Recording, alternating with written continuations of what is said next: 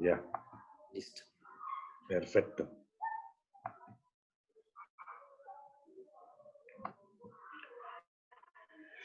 Bien.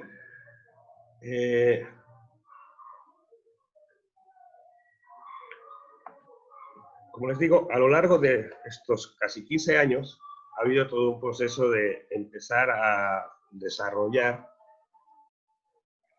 una área de trabajo.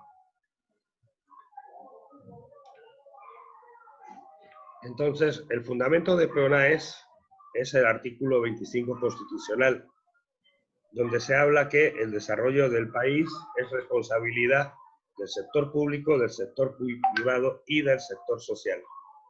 ¿Sí?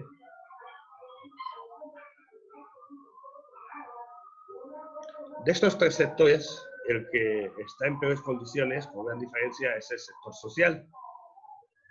Entonces, es el menos atendido, tiene un alto,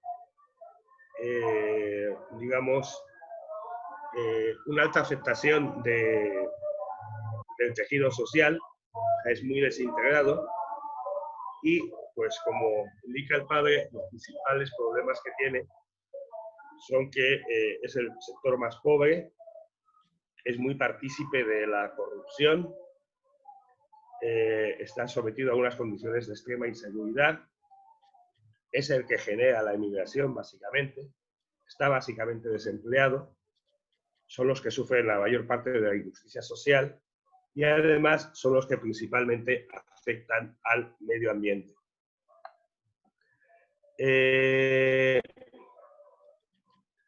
La propuesta de PRONAES básicamente es lo que tienen aquí indicado.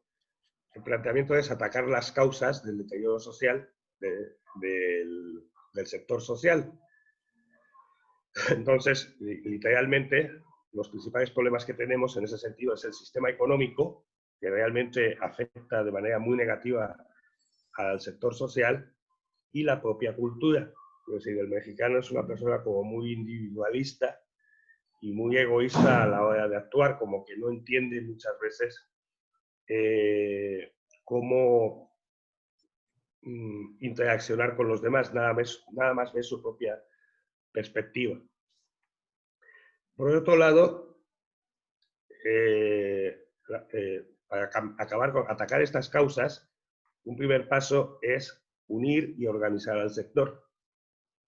Entonces, el sector social, en general, dentro de lo que es el ámbito mexicano, prácticamente podemos considerar, en términos filosóficos, es objeto social. Pero el planteamiento de PRONAES es transformar al objeto social en sujeto social. Objeto es pasivo, sujeto es activo. Entonces, nuestra finalidad como PRONAES es que sean las personas que componen el sector social quienes tengan la voz para generar o para establecer su propio desarrollo. ¿Sí?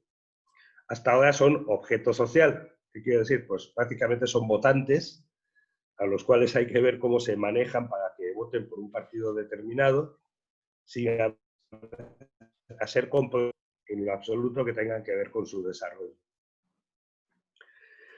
Bien, y por el otro lado, la idea es, mediante estas estrategias, conseguir la reconstrucción del tejido social.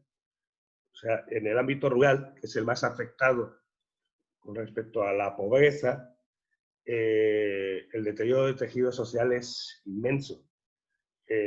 Yo vivo en Catemaco, desde ahí es de donde les estoy hablando. Entonces, aquí hay una zona, cerca de Catemaco, hay una zona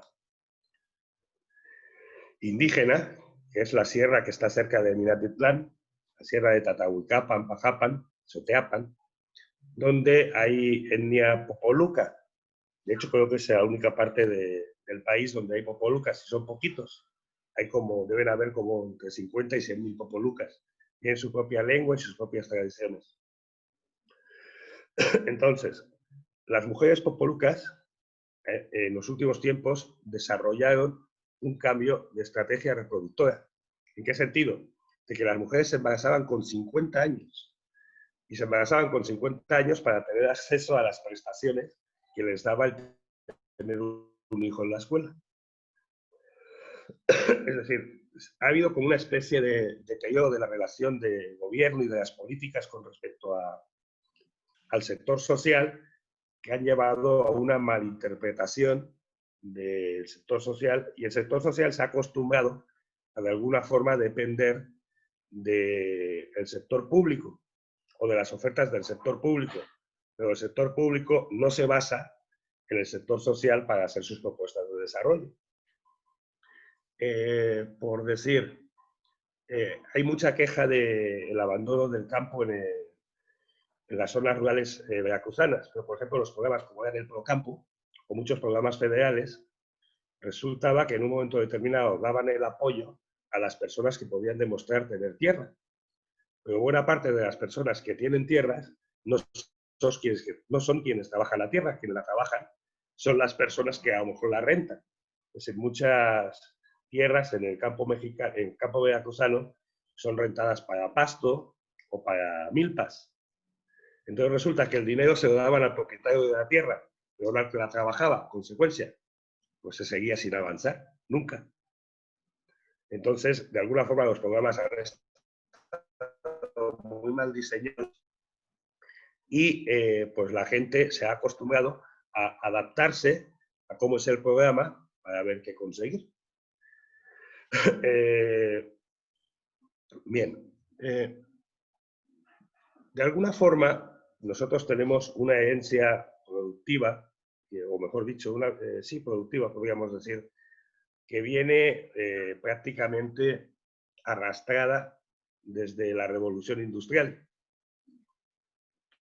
O sea, el capitalismo como tal y el neocapitalismo como su secuela prácticamente arrancan en la revolución industrial. Entonces, con la revolución industrial, al crearse la capacidad de hacer producciones mecanizadas en industrias o concentrar la producción en la industria,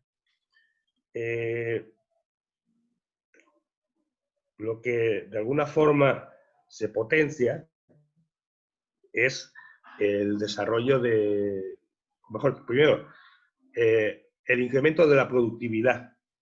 Y ese incremento de la productividad, de alguna forma, es de manera generalizada.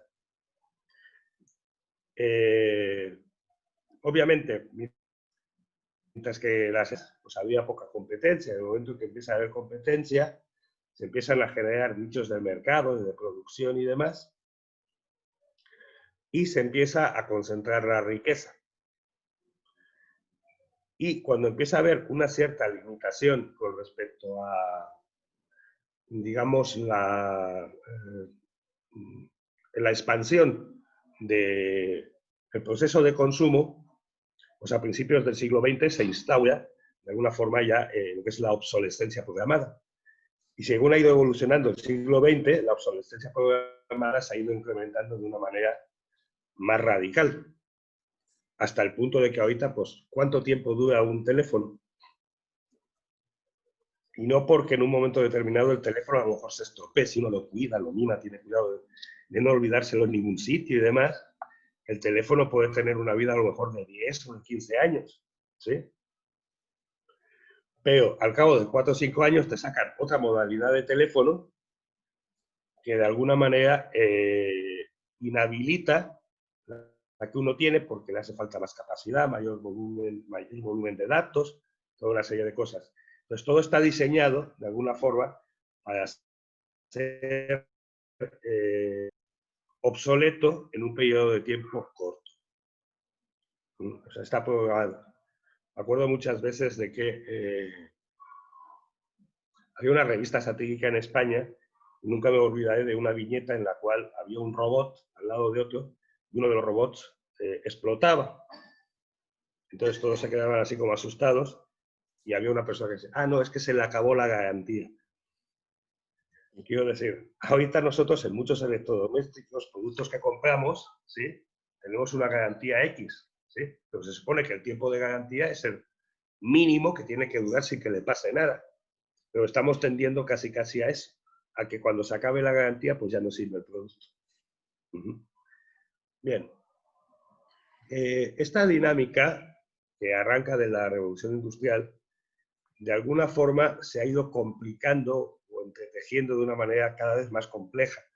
Entonces, por ejemplo, ya en los años 50, 60 y más pronunciadamente a finales del siglo XX, comienza a generarse todo lo que son los procesos de outsourcing. Es decir, yo ya no hago todo lo que le corresponde a mi empresa, sino que genero con otras empresas que están especializadas en hacer procesos específicos. Entonces, el outsourcing pues, es una forma, de alguna manera, de, según reducir costos para las empresas, pero en realidad aumentar los costos de producción. Entonces, de alguna manera, al igual que ha pasado en la ciencia, si ustedes se fijan, los científicos de finales del siglo XIX, principios del siglo XX, eran científicos integrales, sabían de todos, eran eruditos en lo que fuese. Ahorita una persona puede tener un gran prestigio académico, tener el chorro de publicaciones y saber única y exclusivamente acerca de una especie, de un árbol, en una zona determinada, en un país concreto.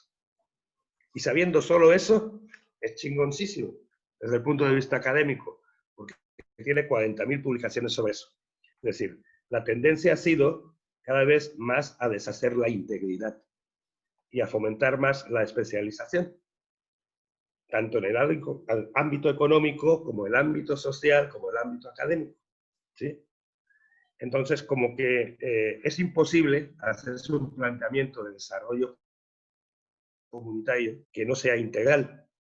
Entonces, afectamos a todo.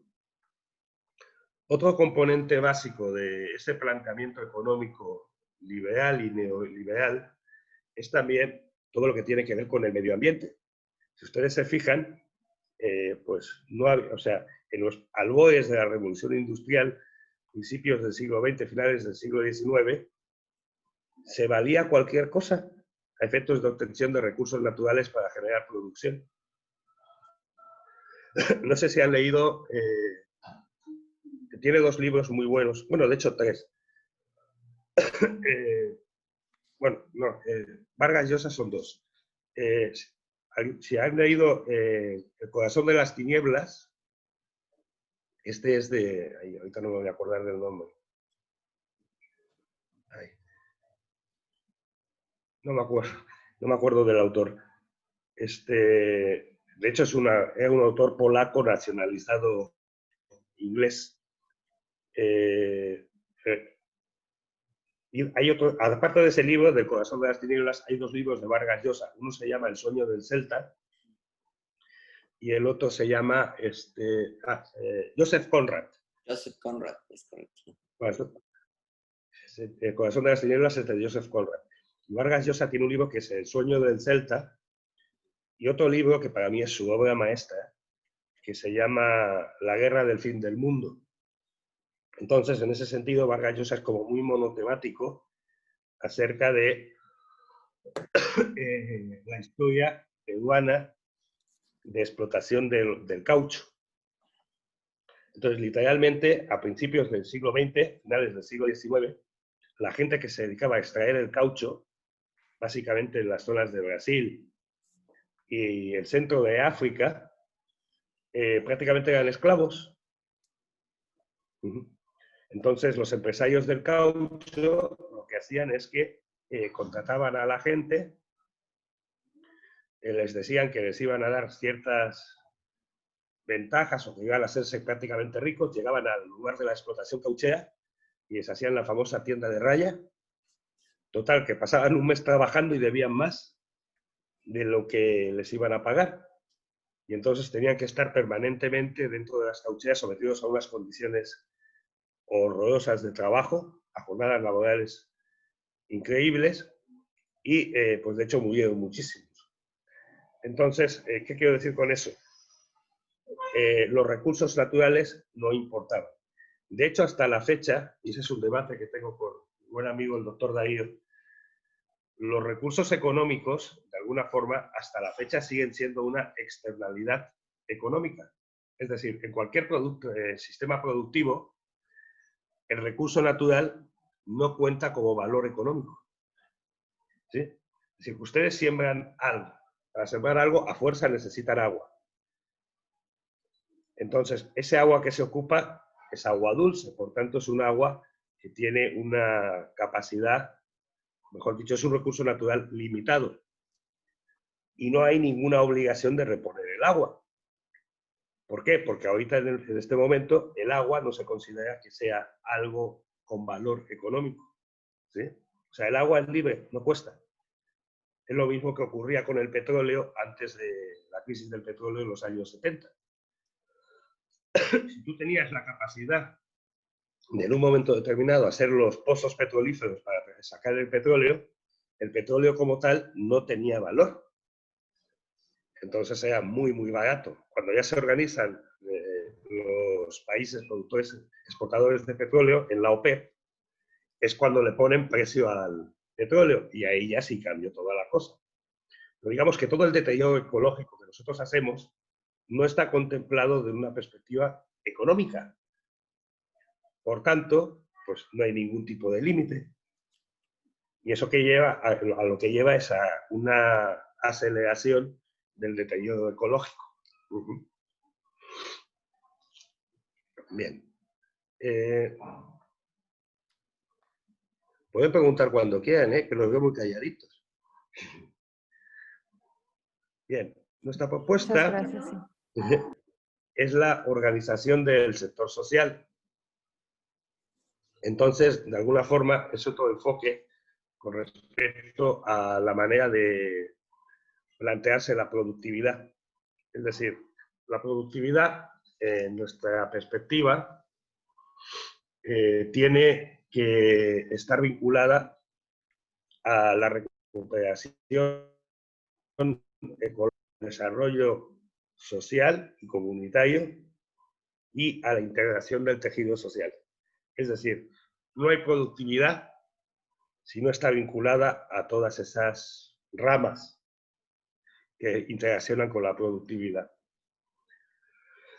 Tenemos una estructura nacional que va a los 5, que se establecen los 5 niveles que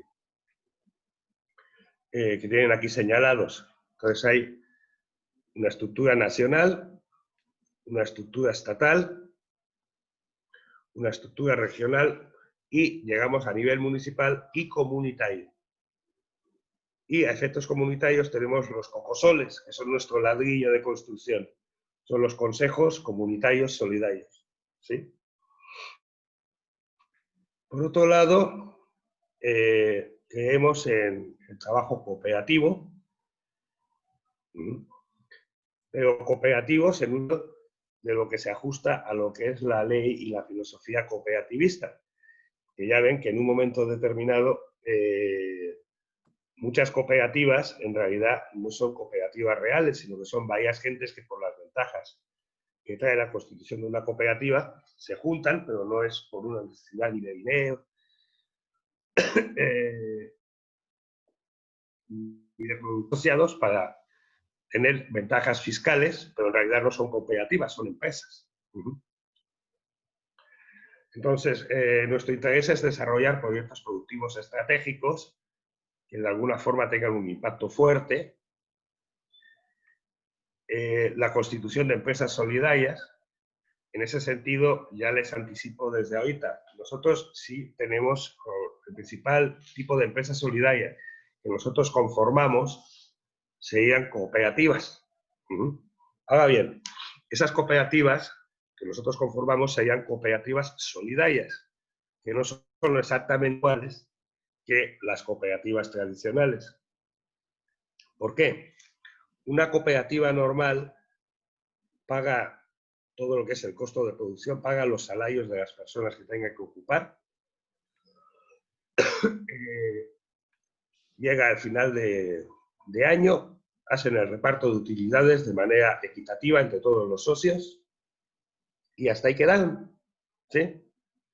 Una cooperativa solidaria tiene que tener una parte de la utilidad encaminada al desarrollo comunitario y otra parte encaminada a paliar lo ambiental del proceso productivo.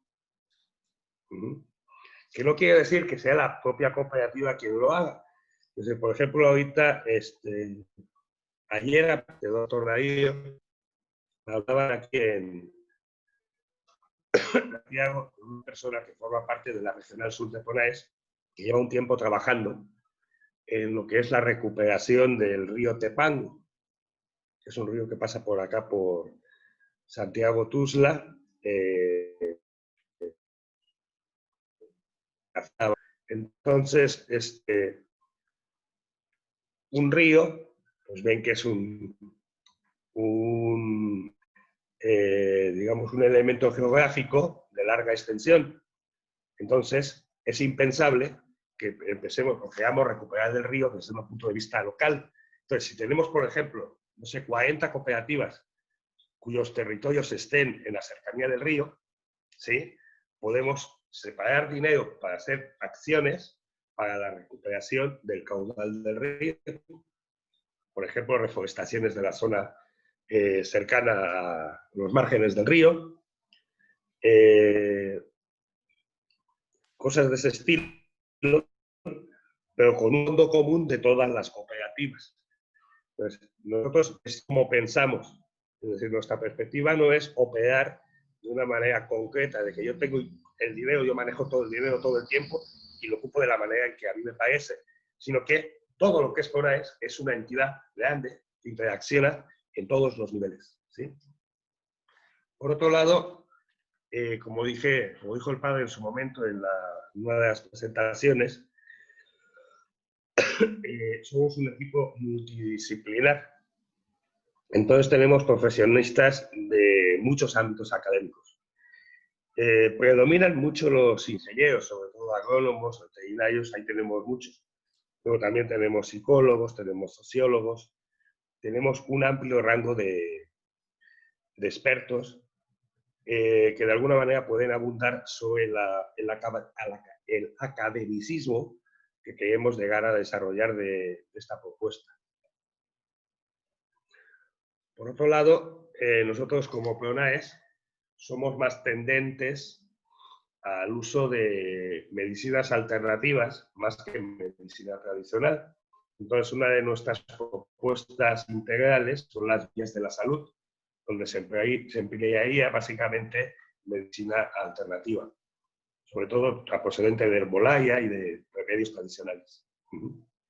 Y por otro lado, también tenemos muchos vínculos con lo que serían procesos de innovación tecnológica.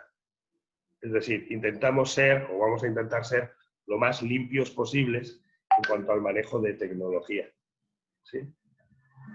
Pero de alguna manera, esos son los pilares de Ponaes. De alguna forma, todo el proceso de Ponaes se puede ejemplificar en este esquema que van a ver ahorita. Normalmente la estructura de gobierno es el presidente de la República, está la Constitución y están los sectores públicos, que siempre va de arriba hacia abajo, y el sector privado. Entonces, obviamente, el sector público es todo el dinero público, el sector privado son los empresarios, las empresas, digamos, tradicionales. Entonces, el mecanismo de funcionamiento es desde el gobierno federal hasta el gobierno municipal, pero además con una estructura que no siempre está como bien articulada. Por ejemplo, México tiene firmado, creo que es el país del mundo que tiene mayor cantidad de acuerdos internacionales firmados. Quiero decir, en todos sitios que hay un acuerdo internacional, llega la representación mexicana y firma. Entonces, por definición, la firma de un acuerdo internacional implica el cumplimiento de lo que se derive o se haya tratado dentro de ese acuerdo, ¿sí? Entonces, me parece que todo lo que son las agendas de cambio climático y ecológicas que se han desarrollado desde los años 70, pues hasta creo que la última, si mal no recuerdo, fue en Quintana Roo, si mal no recuerdo. O sea, fue en la península de Yucatán, una de las últimas. Entonces resulta que nosotros tenemos compromisos con respecto a la cuestión de contaminación ambiental, a la cuestión de reforestación, a las emisiones de dióxido de carbono y demás. Pero sin embargo, la mayor parte de municipios, a efectos, por ejemplo, de manejo de basura, pues tienen tiraderos al cielo abierto. Es decir, hay una ley, pero por las cuestiones de autonomía estatal y municipal, pues el presidente municipal que quiere la acata y el que no, pues no. De hecho, ahí no sé si estoy o no estoy en lo cierto, pero desde mi punto de vista sí que se impone algún tipo de reforma constitucional que de alguna forma termine de articular todas estas instancias de gobierno. Porque si no, cualquier cosa que acuerde el gobierno federal, pues es inviable desde el punto de vista municipal. Porque viene de arriba hacia abajo, pero sin articulación. Bien, entonces, en la base de todo esto está el sector social. Entonces ahí están de alguna forma, las asociaciones civiles, las cooperativas, y el tipo de organizaciones a través, teóricamente, de gobiernos ciudadanos. Bien, entonces, prácticamente las cooperativas y las asociaciones civiles ocupan el 30% de lo que sería el sector social. La gran mayoría estaría encuadrada en lo que potencialmente consejos ciudadanos, ¿sí? Sin embargo, tradicionalmente y casi hasta la fecha, ahorita hay algunos cambios en algunos aspectos, que luego son cambios que no se hacen tan visibles porque no hay un interés en que sean tan visibles.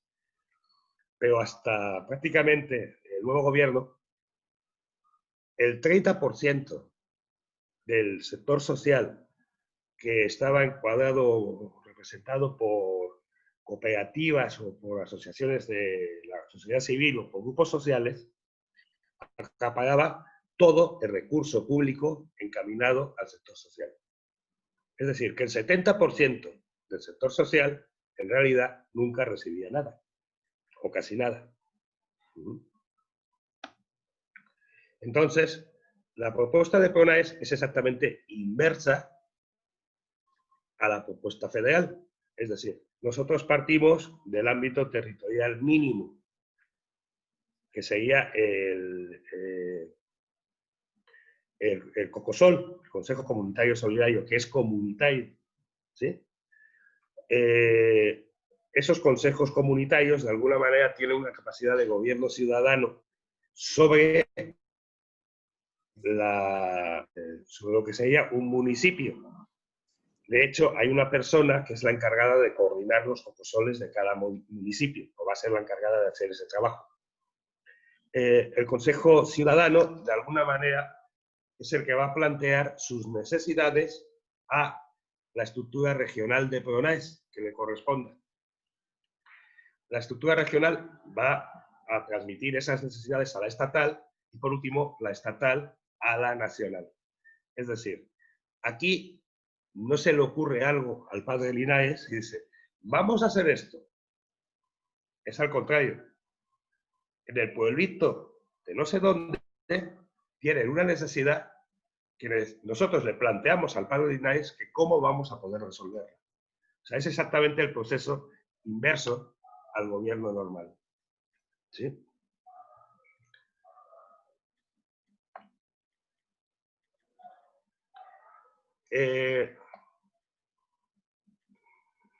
Ahorita no sé dónde lo tengo, pero de alguna forma nosotros tenemos un reparto de funciones que se da en espejo desde el nacional hasta el COCOSOL. Entonces, en ese sentido, nosotros intentamos incidir a nivel de proyectos productivos, a nivel de vivienda, a nivel de salud, a nivel de educación, a nivel de seguridad, en todos los lugares en que tengamos representación.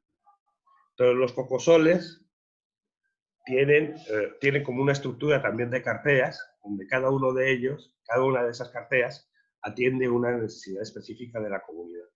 Cada quien hace su diagnóstico de esa estructura de la comunidad o de ese aspecto de la comunidad y entre todos se ponen de acuerdo en cuál es la prioridad y atacamos inicialmente a la parte que requiera mayor prioridad. ¿Sí?